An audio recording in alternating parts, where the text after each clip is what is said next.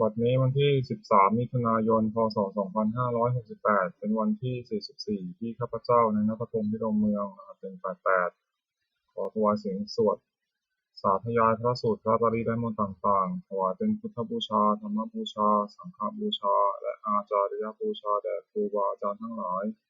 ขอจิตของข้าพเจ้าจงตั้งมั่นมีสติระลึกได้มีสมาธิจดจ่อในอักขระพยัญชนะในบทสวดอย่างต่อเนื่องด้วยเถิดบทที่1บทกราบพระรัตนตรัยอะระหังสัมมาสัมพุทโธภควาพุทธังภควันตังอภิวาเทมิสวากขาโตภควตาธัมโมธัมมังนัมสสามิ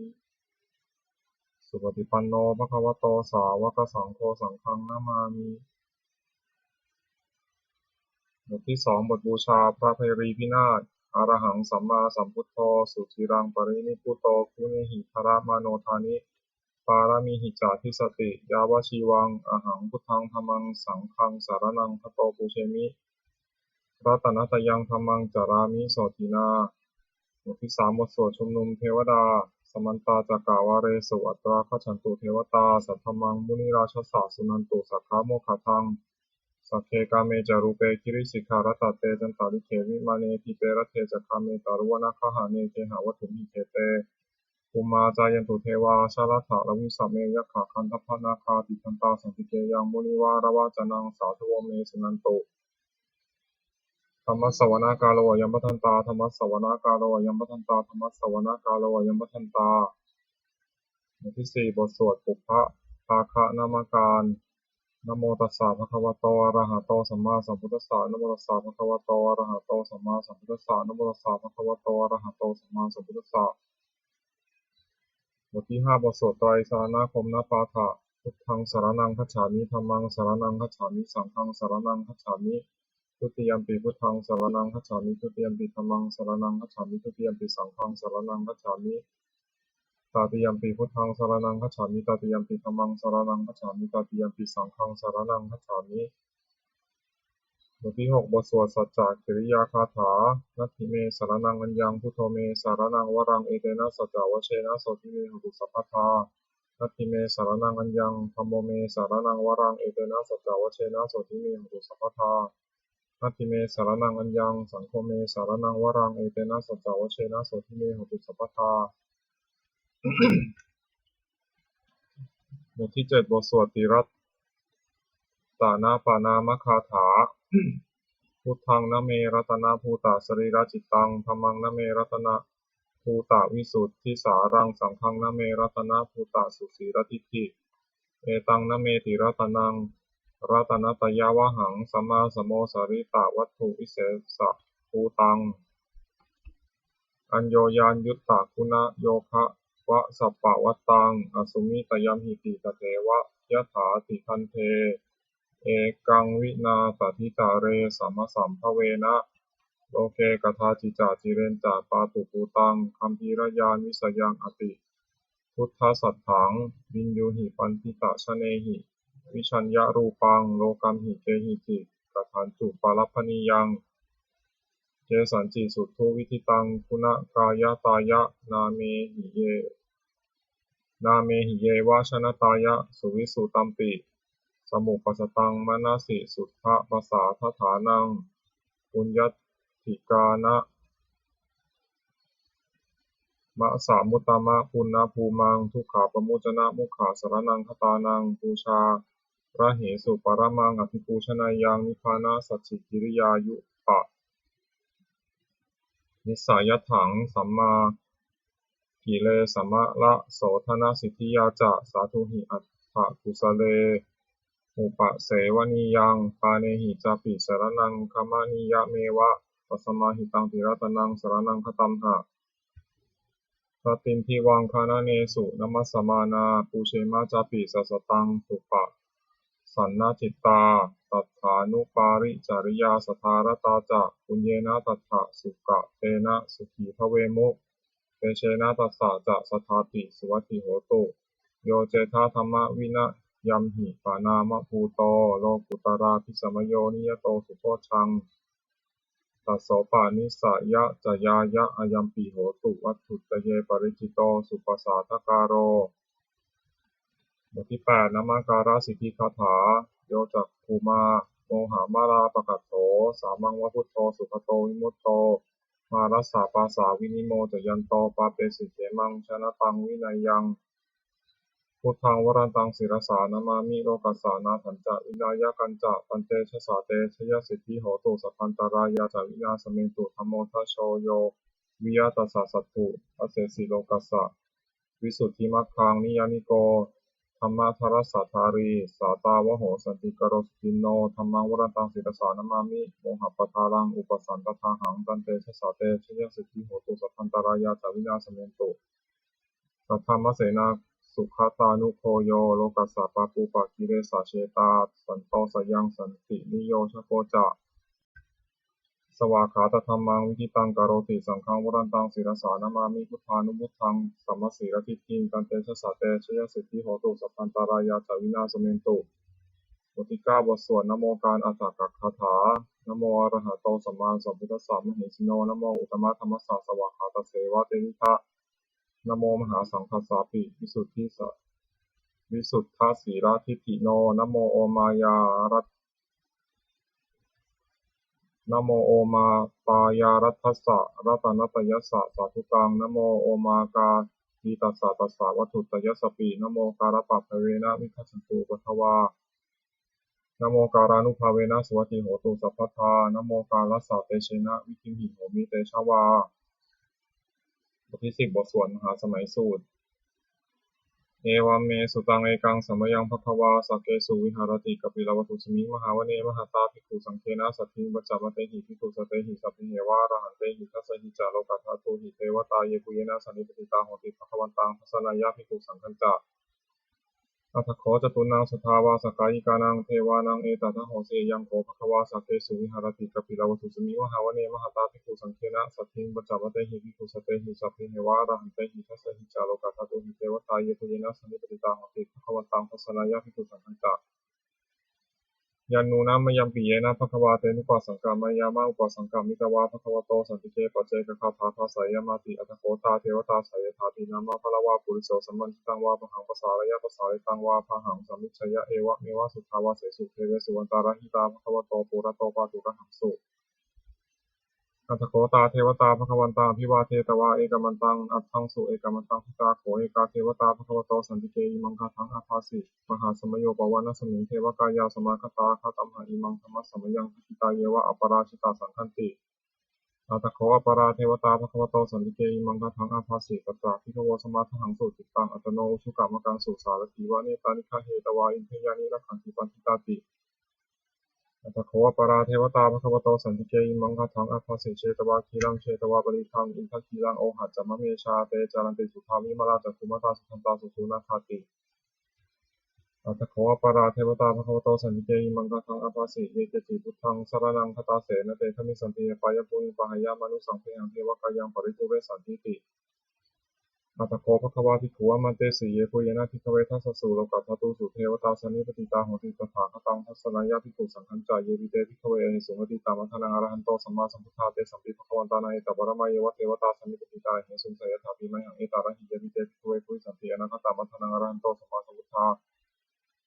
เตสัมปิภควันตานัยตปรมาเยวะเทวตาสนิปติตาปุริสันติสยถาภิมัยหังเอตาระหิอจิกิสามิภิกขเวเทวกายนังนามานิกิตายิสามิภิกขเวเทวกายนังนามานิเทศิสามิภิกขเวเทวกายนังนามานิ ตังสุนัตถาสัพพกรรมนาสิกโรธาภาสิสามิติเอวะมเตติโกเตติขุภควโตปัจจสุสุภควายตัทวจะสิโลกะมนุกัสสามิยถาภูมาภาสิตาเยสิตาคิริคัพพลังปฏิตัตตาสมหิตาปุตุสีหาวาสาลีนาโลมหังสาธิสัมพุโนโอทาตมนุสาสุทธาวิปัสสนามนาวิลาภิโยปัจจสเตยตวาวเนกปิลวัตเวตตวามันตยิสัทธาสาวเกสสเนรเตเทวกายาอภิกันตาเตวิชานาถาภิกขวเตจะอัตตปะมะกโรสุตบาพุทธศาสสนังเตสัมปตุระหูยานังมนุสสานัสสนัง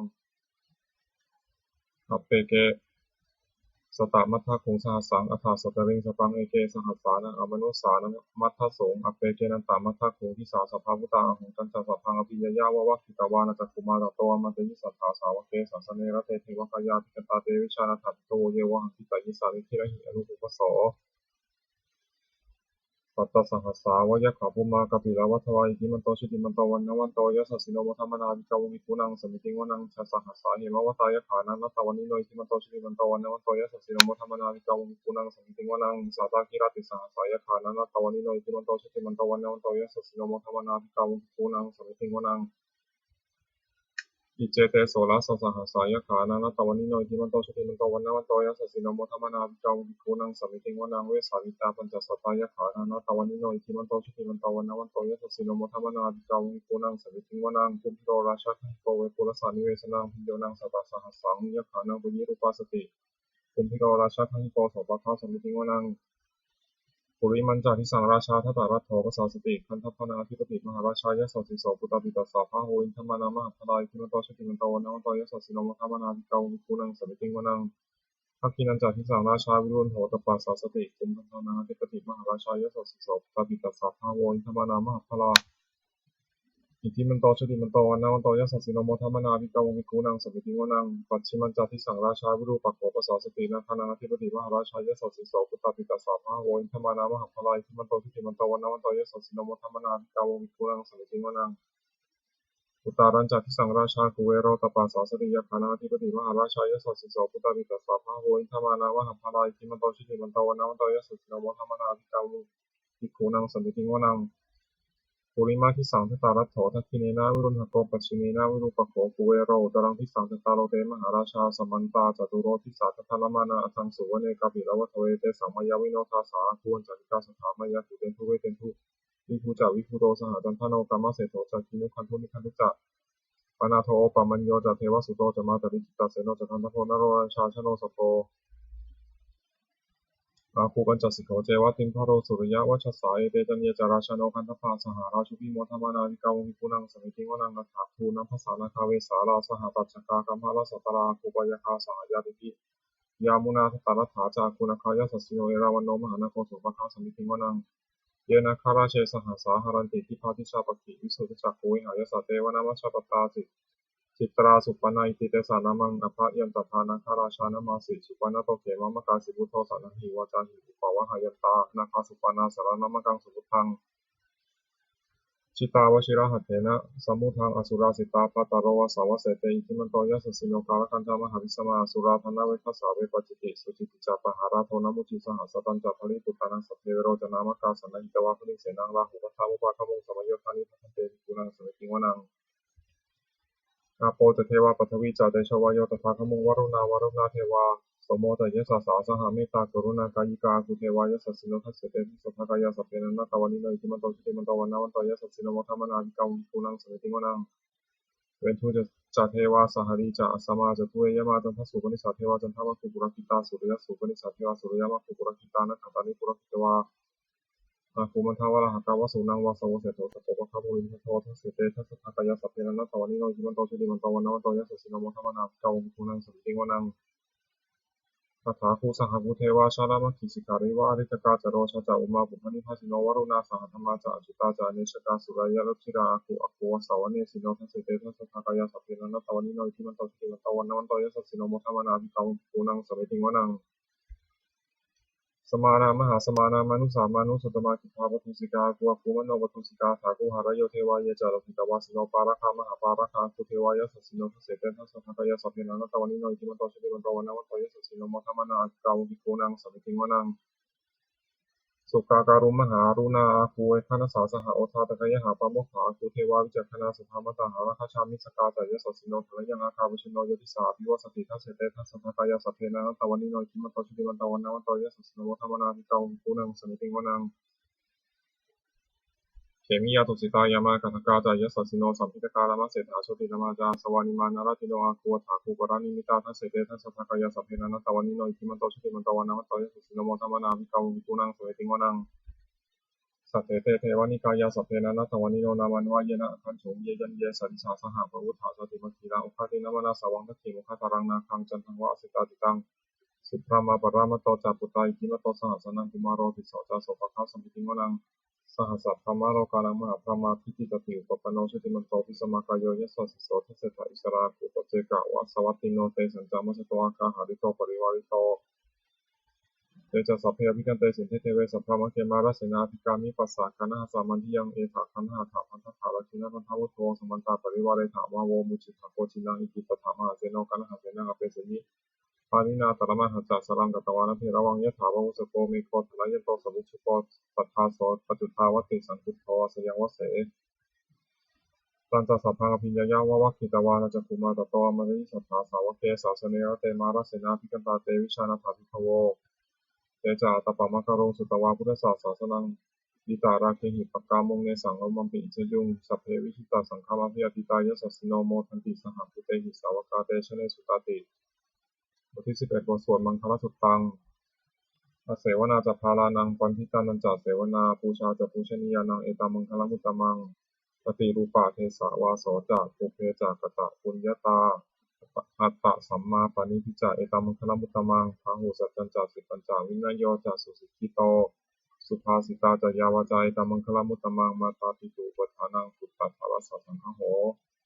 อานาคุราจะกัมมันตาเอตามังคลมุตตมัง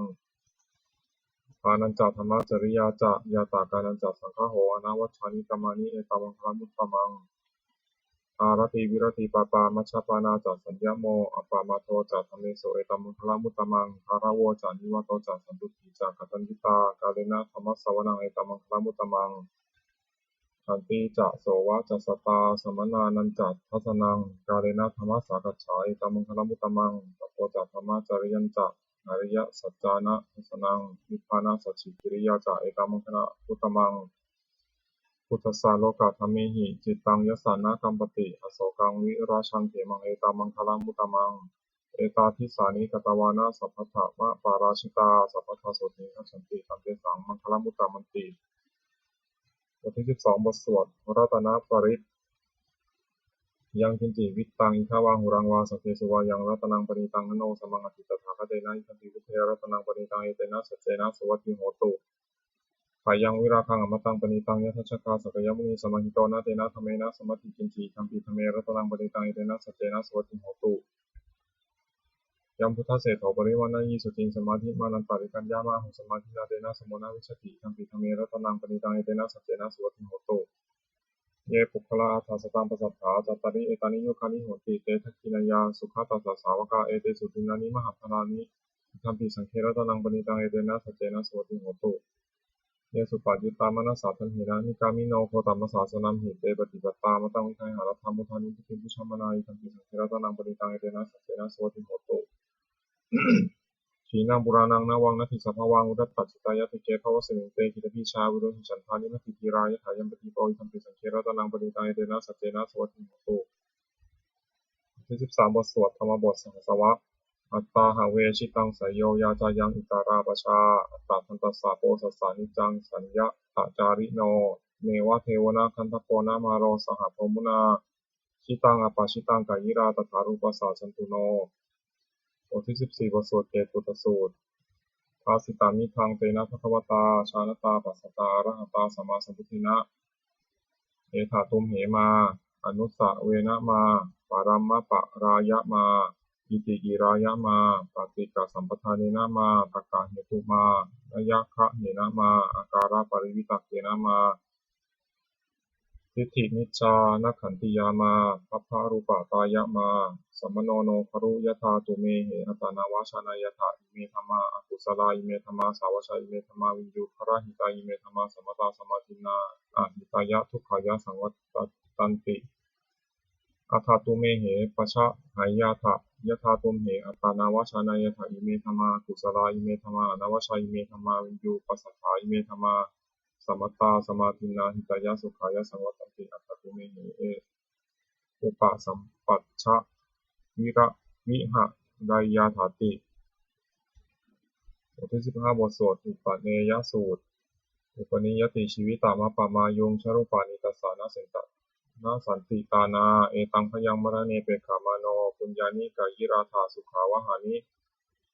อุปนิยติชีวิตามะปะมายังชรุปานิตัสสานะสันติตานาเอตังพยัง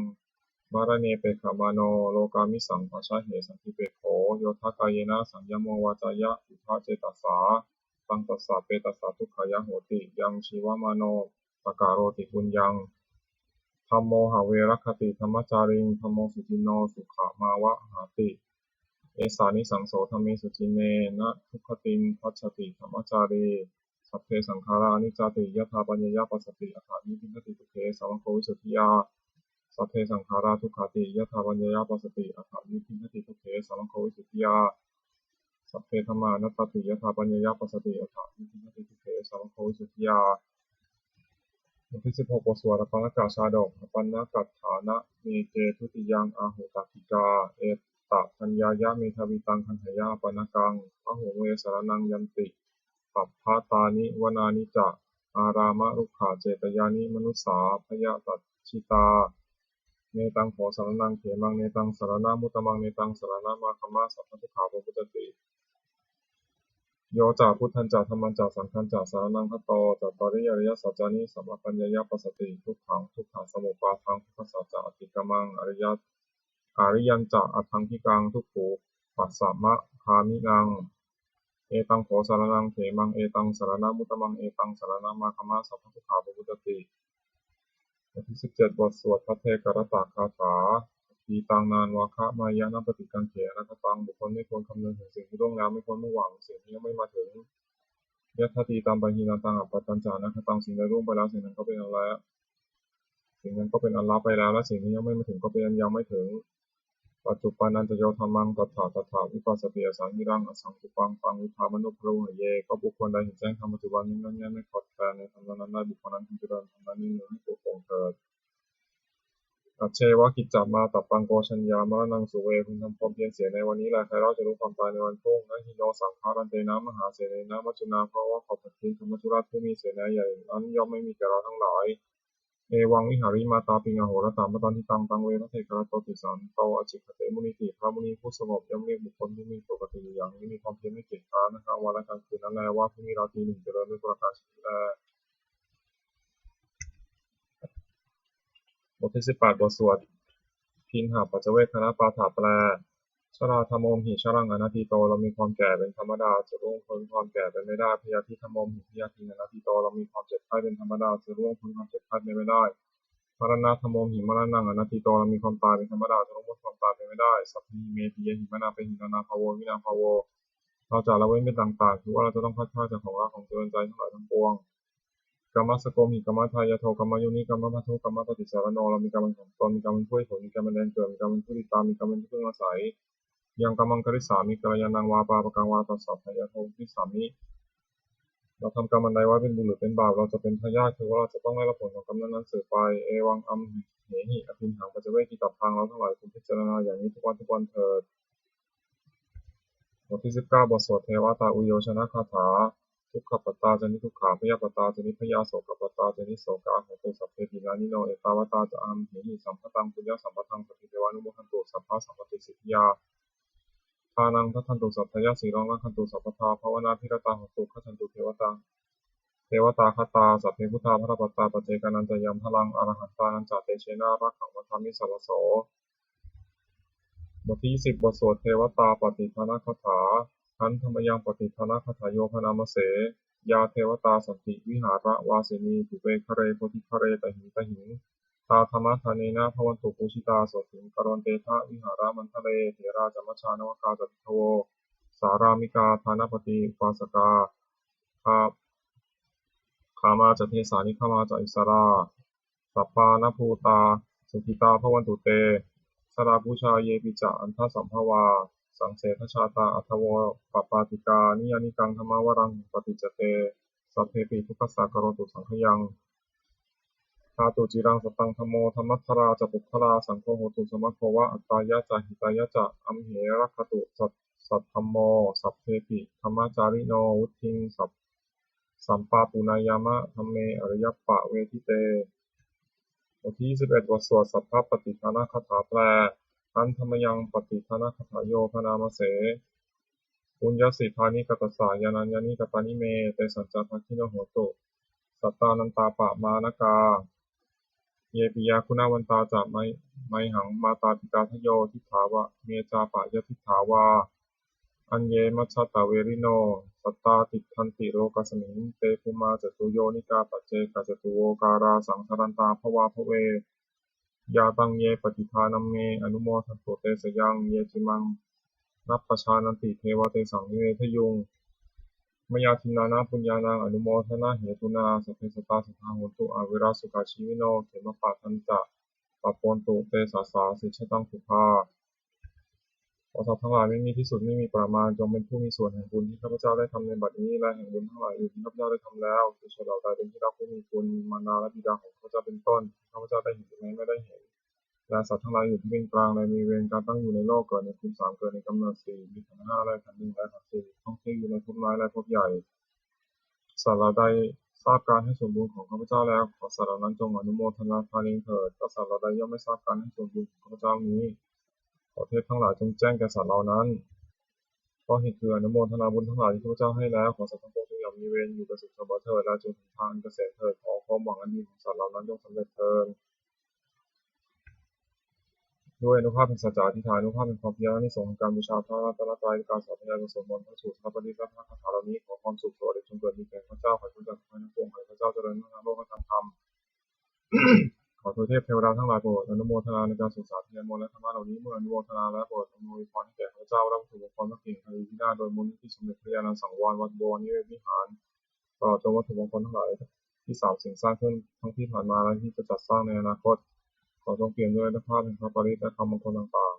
ๆและคำมงคลในพระคาถาต่างๆขอจงสำเร็จศักดิ์สิทธิ์ทุกประการเทอญสาธุ